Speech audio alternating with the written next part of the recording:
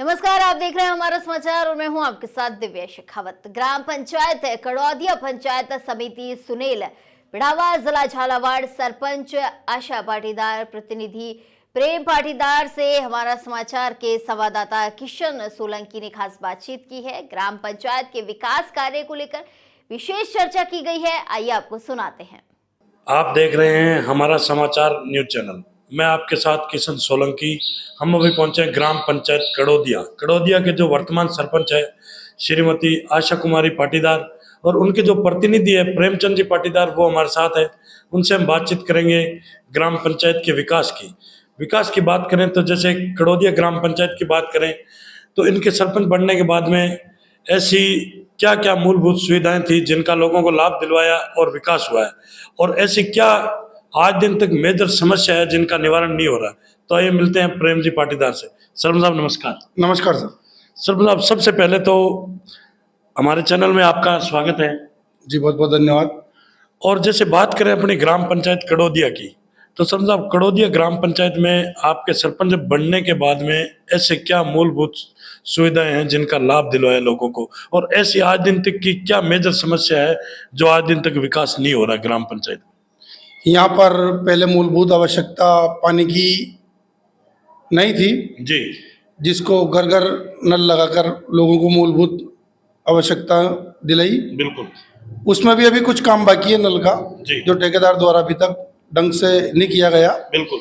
और यहाँ पर सारे बाजारों को तोड़ के इन्होंने जो लाइनें डाली है, बाजारों को ढंग से रिपेयर नहीं किया गया। बिल्कुल। और जहाँ ऊंचाई वाले एरिया है, दूर दराज के जो एरिया है, वहां तक अभी तक पानी नहीं पहुंच पा रहा है। जी। हमारी पंचायत के गांव पगरिया के अंदर हमने 4 बीघा भूमि पंप हाउस के लिए दी है। बिल्कुल। और उसी पंप हाउस को लगभग चलते चलते 1.5 साल हो गया, काम चलते चलते अभी तक वो पंप हाउस चला नहीं है। जी। उसी पंप हाउस से 56 गांव पानी पिएंगे और उससे 56 गांव को पानी जाएगा। बिल्कुल। अगर वो जल्दी चालू होता है तो लोगों को लाभ मिलता है। बिल्कुल। और अभी गर्मी का मौसम है और अभी तक उन्होंने उस पंप हाउस को चालू नहीं करा। लोग पानी के लिए तरस रहे हैं। बिल्कुल। अभी हाल ही में 8 तारीख को महारानी साहब वसुंधरा राजे सिंधिया पूर्व मुख्यमंत्री यहाँ पे आए थे। बिल्कुल। हमारे हॉस्पिटल का लोकार्पण उन्होंने किया है। बिल्कुल। और उन्होंने इस पानी के मुद्दे को भी जबरदस्त तरीके से उठाया है। जी।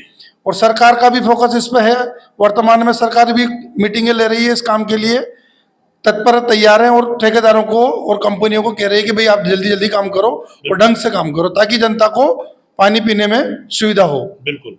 और सरपंच साहब, जैसे अभी आपने बताया जल जीवन मिशन, यह एक केंद्र सरकार और स्टेट गवर्नमेंट दोनों की योजना है। इसमें भी 60-40 का रेशा है। जी।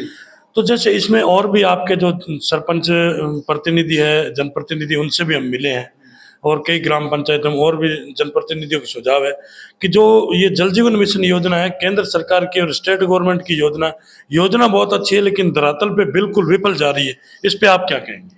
योजना जल जीवन मिशन की बहुत बढ़िया है। जी। और केंद्र सरकार और राज्य सरकार का लगभग जहां तक हमें याद है कि 45% हिस्सा शेयर इसमें है। बिल्कुल। और 10% अंशदान जनता के द्वारा 1500 रुपये पर कनेक्शन के हिसाब से लिए गए हैं। बिल्कुल। और जनता ने इसमें 1500 रुपये कनेक्शन के दिए हैं। बहुत सारी जगह जनता के कनेक्शन के पैसे नहीं लगे हैं, ये कहीं ना कहीं जाके मिस्टेक रहा है।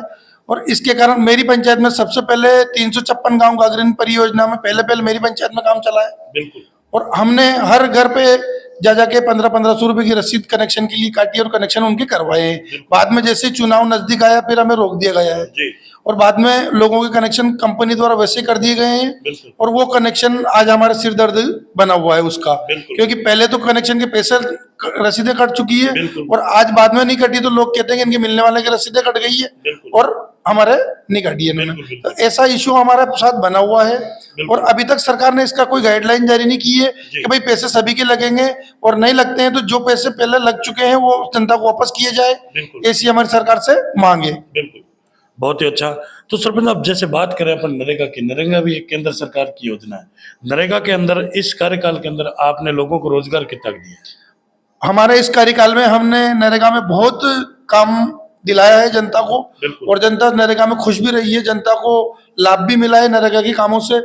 जैसे नरेगा की इंटरलॉकिंग हमने बहुत लगाई तो मजदूरों को भी उसमें काम मिला है। तो जनता उसमें काफी खुश रही है और कीचड़ से भी निजात मिली है और लोगों को पानी संग्रह करने के लिए भी उसमें लाभ मिलेगा, क्योंकि जहाँ टेंचे बनी है, तलाइयां बनी है, वहाँ पानी इकट्ठा होगा तो जल का स्रोत अच्छा होगा बिल्कुल, बिल्कुल। और जल भूमि के अंदर भी जाएगा तो आगे चल के हमारा वाटर लेवल भी बढ़ेगा। बिल्कुल और इसी के साथ में क्या है कि जैसे कांग्रेस गवर्नमेंट की टाइम पे नरेगा बहुत अच्छे तरीके से चली है जी। और जब से विधानसभा लोकसभा का चुनाव हुआ भारतीय जनता पार्टी की सरकार राजस्थान के अंदर बनी है, बिल्कुल। जब से नरेगा के कामों में अभी तक इतनी बाधाएं आ रही है कि अभी तक कोई सैंक्शन निकल नहीं पा रही है। बिल्कुल। जनता परेशान है नरेगा के कामों को लेकर के बिल्कुल। और अभी तक नरेगा के काम हमारे कच्चे पक्के निकल नहीं पा रहे हैं। बिल्कुल।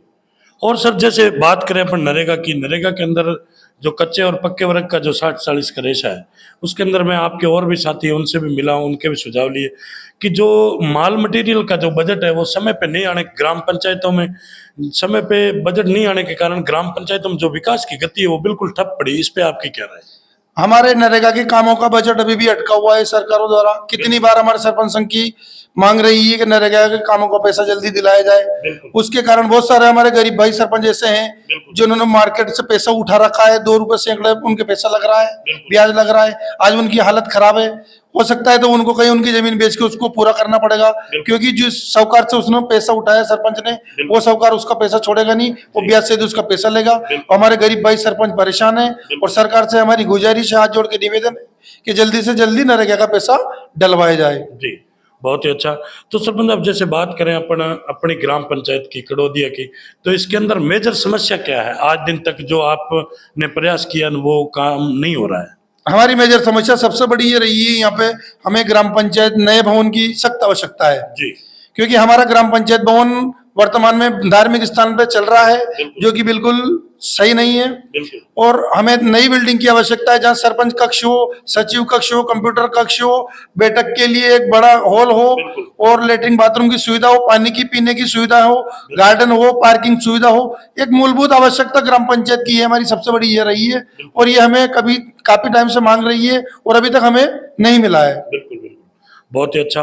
और जैसे सरपंच मैंने और भी देखा है अपने यहाँ कड़ोदिया के अंदर एक गौशाला भी है, उसके अंदर कैसी व्यवस्था चल रही है? उसकी कोई समस्या, उसके लिए कोई, जैसे आज बात करें अपन कड़ोदिया ग्राम पंचायत की, तो यहाँ के जो राजनेता है, एमएलए, एमपी, जिला परिषद प्रधान, सब यहाँ धरातल से चुन के जाते हैं, तो गोवंश के लिए क्या प्रयास रहेंगे और क्या कमियां हैं?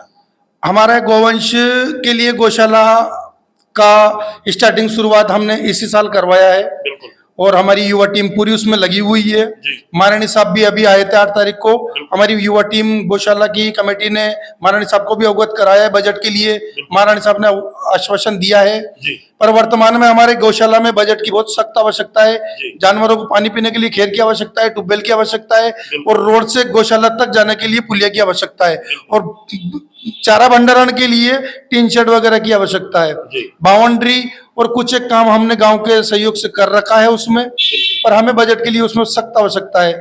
आज वर्तमान में गाय की ये स्थिति है कि गाय से खेती किसानी में भी काफी नुकसान है। किसानों को बहुत खर्चा लगाना पड़ रहा है, बाउंड्री है, जालियां वगैरह लगानी पड़ रही है और इसी के साथ में गाय को घास बराबर मिलता नहीं है खाने के लिए, तो गाय प्लास्टिक की थैलियां वगैरह इस प्रकार से खाती है। गाय बहुत ज्यादा संख्या में मर रही है और जब गाय मरती है उस हालात में 8-10 दिन बाद जाके देखा जाता है तो वहां गाय के पेट में से इतनी सारी प्लास्टिक निकलती है कि लगभग यूं मान के चलो 2 या 3 किलो प्लास्टिक उसके पेट में से निकलती है। इसके लिए कहीं ना कहीं चल के सरकार को हर ग्राम पंचायत मुख्यालय के ऊपर गौशाला के लिए जमीन आवंटित करना चाहिए और गौशालाओं के लिए बजट देना चाहिए ताकि खेती किसानी में सुधार हो और गौ माता की रक्षा हो। ये हमारा पर्सनल सरकार से मांग है। जी जी, बहुत ही अच्छा। तो ये थी हमारी खास मुलाकात जो कड़ोदिया के सरपंच प्रतिनिधि है प्रेमचंद जी पाटीदार, उनसे, और हमारा समाचार न्यूज चैनल के अंदर जो इन्होंने हमें समय दिया, इसके लिए बहुत बहुत धन्यवाद सर। बहुत बहुत धन्यवाद सर।